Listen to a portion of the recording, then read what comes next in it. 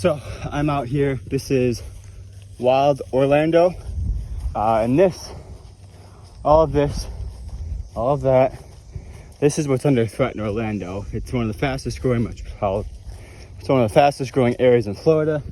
There's a huge proposal to actually almost double its size nearly, and add a size of Baltimore through old ranch lands held by, interestingly enough, the Mormon Church. And so places like this one's protected fortunately, but this is what just ruled the landscape. That was swamps and cypress and all that in Florida and this area of Orlando. It's much higher elevation for this part of the state. It's very critical habitat, and the fact that all this is being lost at almost record rates is astonishing. It's not something you easily get back.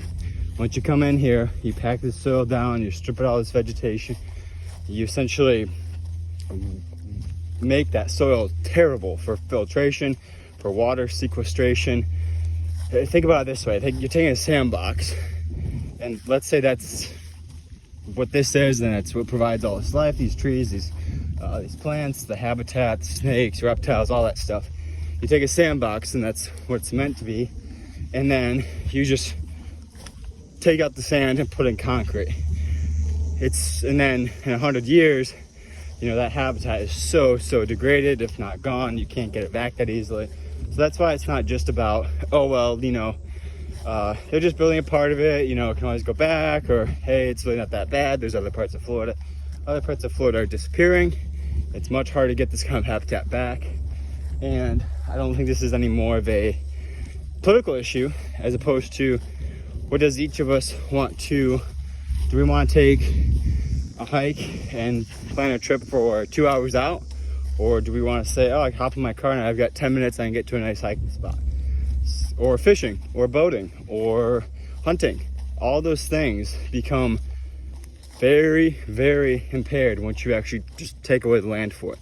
So that's why something like this is beautiful, should be kept this way, and wild areas like this should not be disappearing, but they should be expanding in Florida, especially, in my opinion, when you account for all the abandoned areas in Florida, such as Central Florida, old farming towns, old labor towns that have been negatively affected by the manufacturing changes, automation, that kind of thing.